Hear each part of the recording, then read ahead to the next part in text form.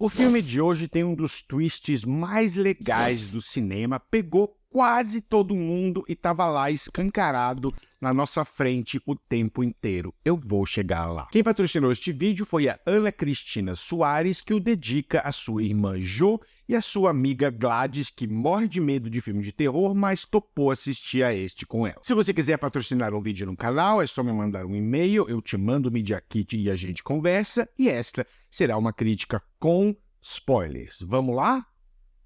I see dead people. Vamos lá.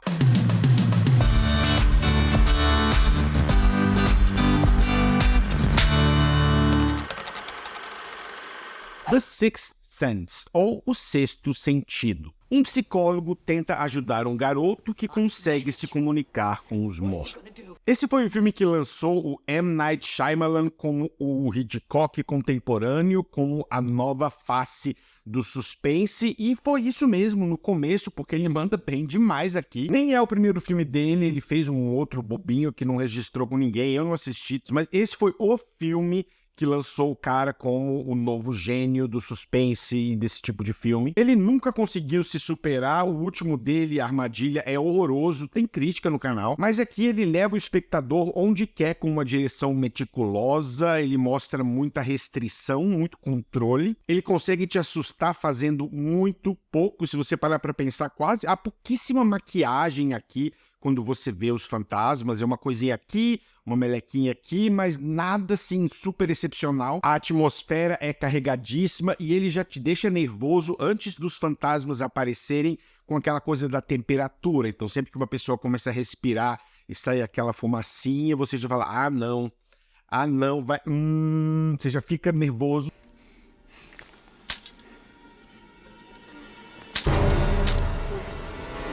Ele cria uns semi-jump scares bem mais refinados que o normal. Por exemplo, tem uma cena na cozinha que a mãe está conversando com o menino e é gravada com aquela câmera na mão que chacoalha um pouco para dar um senso de até claustrofobia e intimidade. Aí ela sai do ambiente, quando ela volta ela dá um gritão porque todos os armários estão abertos. É bem mais sofisticado que um jumpscare basicão e funciona tão bem quanto. O uso do vermelho também já induz a uma inquietação muito forte, você pode até não perceber a primeira vez. Eu vou falar da cinematografia daqui a pouco, mas tem um vermelhão que aparece assim bem pontualmente em alguns momentos que é sempre associado com algo sobrenatural. E além dessa atmosfera inquietante, tensa e até desconfortável, mas no bom sentido, o filme tem pelo menos aí uns 5 ou 6 momentos genuinamente assustadores. Quando o menino começa a falar na sala de aula, que ele chama o professor de Stuttering Stanley, ele começa a falar e o professor fica loucão e começa a gaguejar e sim, é a primeira, é a mais light, mas já te deixa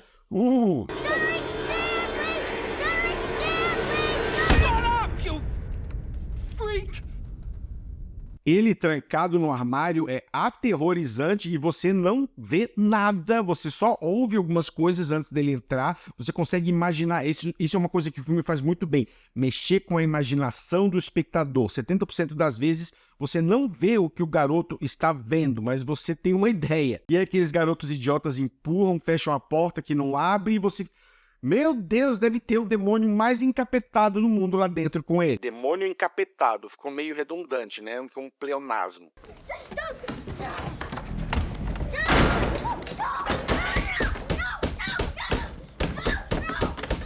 A mulher passando enquanto o menininho tá fazendo xixi é um plano bem simples dele de costas e até um jumpscare que você sabe que vem, mas é tão bem calculadinho. De repente, ela passa aquele barulhinho agudo e você, ai, que agonia desse filme. Os 3 fantasmas que aparecem enforcados também e é um corte seco, né? Você não sabe quando o diretor vai te mostrar, então não dá nem pra daquela protegidinha com a mão, é muito assustador. E o pior susto do filme, pra mim pelo menos, é aquele da garotinha. Tem um também que o menino fala, vem cá, eu vou te mostrar a arma do meu pai. Aí o menino fica de costas e você vê o buraco na cabeça dele. Esse também é meio mas o pior é o da garotinha que tá envenenada, babando dentro da barraca dele por causa da maneira como ele filma.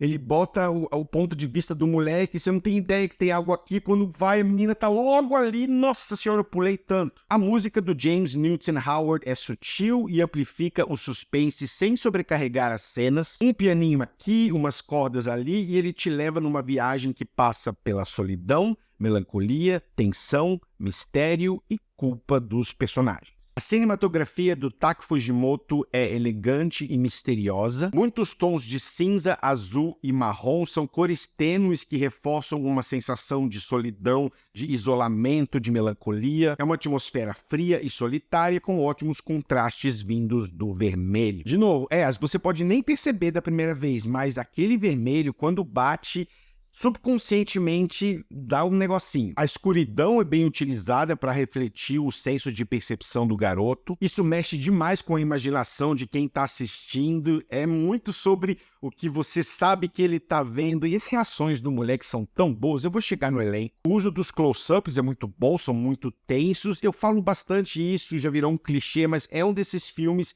que podem ser passados em faculdade de cinema para ensinar muitas coisas. É por isso que a carreira do Shyamalan é tão frustrante, porque ele começou lá em cima, ele começou fazendo tudo tão certinho, e aí quando chega no armadilha, nossa! Vou deixar a indignação para aquela crítica. A narrativa te convence que você está vendo uma coisa. É uma história sobre um menino que vê fantasmas e o psicólogo que tem um sentimento de culpa por causa de outro paciente que ele não conseguiu ajudar, e aos poucos entende que se esse menininho parar para ouvir o que os fantasmas querem dizer, no fundo eles só querem ajuda, e você anda por isso aí, mas na verdade o grande twist, o grande segredo tá lá na sua frente. A primeira coisa que acontece com o personagem do Bruce Willis é morrer. Quando o garoto conta pra ele que consegue ver pessoas mortas, ele ainda fala que elas não sabem que estão mortas. Você não percebe. Ele desvia sua atenção, por exemplo, com aquele arco da garota envenenada.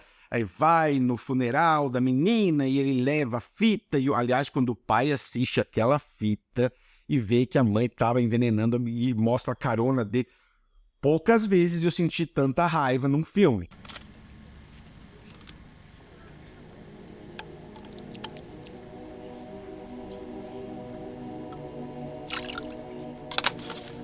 Ele te engana mais uma vez com a cena do jantar, por exemplo, onde parece que o Bruce Willis e a mulher estão na mesma mesa, só que com uma comunicação muito ruim, eles mal se falam, e na hora de pegar o cheque ela pega antes dele conseguir pegar. Tudo isso muito bem montadinho, muito bem orquestrado para te enganar. Maybe he's just a kid who likes to climb trees a lot.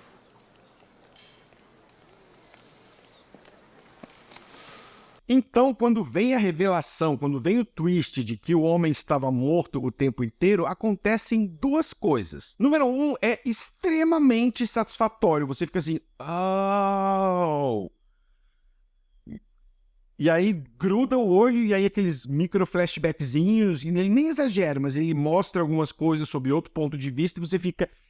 Não acredito, me pegou legal e agora eu vou ter que ver de novo. E número 2, praticamente demanda essa segunda assistida, porque essa nova informação recontextualiza tudo que você viu. Mais pro começo, por exemplo, quando o menininho tá andando e o Bruce Willis está do outro lado da rua se aproximando dele, e o menininho começa a correr, o moleque tá vendo um fantasma se aproximar dele. Quando ele pergunta pro médico, você é um bom médico? Ele tá perguntando se ele é um fantasma dos assustadores ou dos do bem. É outro filme quando você assiste pela segunda vez, os diálogos entre os dois têm um novo sentido, as reações do menino também são contextualizadas de uma maneira que você entende muito melhor. A própria maneira como ele olha para o Bruce Willis, você entende porque ele está assustado, quando eles param de se falar, tudo faz muito mais sentido. Só há 2 momentos onde eu pensei, isso está suspeito, e eu não sei dizer se eu senti isso a primeira vez que vi, que foi lá em 99, mas revendo agora pela enésima vez. Tem uma cena que o personagem do Bruce Willis está até sentado num sofá na frente da mãe do garoto, e o garoto chega, você presume que os dois conversaram e ele vai começar a ajudar o menino. Ok, mesmo eles jamais conversando, mas a mãe dele vai ficando cada vez mais desesperada, e é muito estranho, depois que o moleque vai para o hospital e acontecem várias coisas, não tem nenhuma ceninha dela falando com o psicólogo dele, e aí, como é que tá o tratamento? Você descobriu alguma coisa? O menino tá pirando, como é que tá indo? Outra é a cena onde a mulher dele tá tomando banho e ela não o vê, e ele entra no banheiro e tem uma caixa de Zoloft, que é um antidepressivo, e ele fica super preocupado, porque não pergunta, ela tava logo ali, tipo, querida, você tá tomando, sabe? Tem essas coisinhas que você percebe, mas depois que você já sabe. O Bruce Willis está muito bem aqui. Eu nunca o considerei um grande ator dramático quando ele precisa fazer cenas mais carregadas. Ele sussurra muito. O Nini fala, será que a gente pode pelo menos fingir que vamos nos ver amanhã? Só fingir e ele... Tudo bem, te vejo amanhã. É um mecanismo dele. O Haley Joel Osment está perfeito. Foi o filme também que... Aliás, a carreira dele é meio semelhante com a trajetória... Nesse filme o lançou, assim como lançou a carreira do Shyamalan. E todo mundo esperou que ele ia ser a nova... Uou! E acabou não sendo. Mas nesse filme ele tá bem demais. As reações estão certinhas. Às vezes ele simplesmente para e olha para o lado e você... Ou, por exemplo, quando aquela ciclista morre, que ela tá do lado da janela, e ele fala, ela tá bem do meu lado, aí corta pra mãe, e você sabe que quando cortar pra ele de novo, a ciclista vai estar lá, e o moleque manda bem demais. E temos também a Toni Collette, que nunca fez um filme ruim, ela dá um show absoluto aqui, você vê o desespero de uma mãe que não sabe como ajudar o filho, e a cena dele contando pra ela... que consegue ver pessoas mortas. Claro que inicialmente ela não acredita, mas aí ele fala da mãe dela e que ela viu a menina dançando, e quando ele fala da resposta, ele fala, ela disse que você fez uma pergunta para ela e ela respondeu, ela disse todos os dias. Corta para ele falando isso, quando volta para ela, essa mulher tá chorando tanto, ela tá tão emocionada e é tão comovente. She said you were like an angel. E o filme tem até um final feliz dentro da possibilidade. A ex-mulher do Bruce Willis achou um novo romance, ele descobriu que tá morto e finalmente pode ir em direção à luz.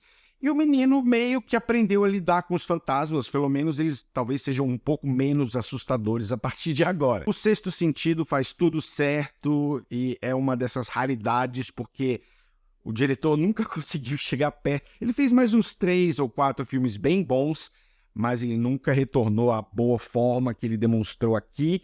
Nota...